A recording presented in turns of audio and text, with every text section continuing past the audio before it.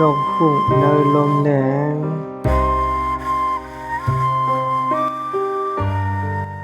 นกหุ่งเขาในป้อเขาหัวล้มแรงเตะทองมาไหนเขามีนขึ้นอยู่ตีสูงสูงเส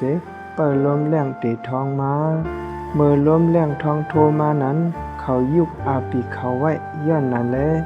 ล้มแรงสั่งหอบพองเอาโตเขาเสยุกคืนไผ่เนอล้มแรงเมื่อล้มแรงปัดทองไผ่เตอนั้นนกหุ่งเขาเลยมีนเอียนเนอล้มแรงมนมนเซ่อยาว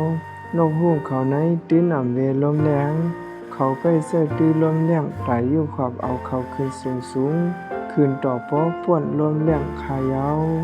และสัตว์ป่านกวนเฮาก็ล้มแรงอันว่าแล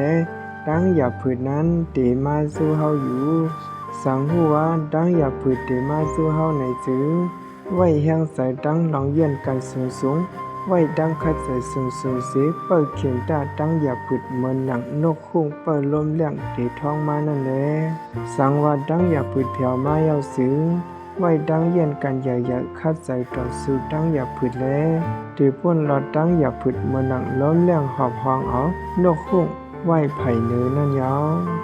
สังว่าป่นเราตั้งอยากผืดยาวซึ้งเดลัยมนเสือเหมือนหนังนกหุ่งมีนเอียนเลียนเหนือล้มแรงมนเสือนั่นอ๋อตั้งอยากผืดลงเพียวมาเย้าขออย่าปีเวอย่าปีโก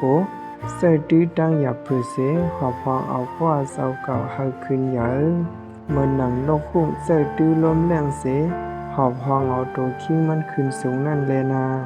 นกคู่เขาในป้อไปทบลมแรงสูงไปสร้างมีนขึ้นสูง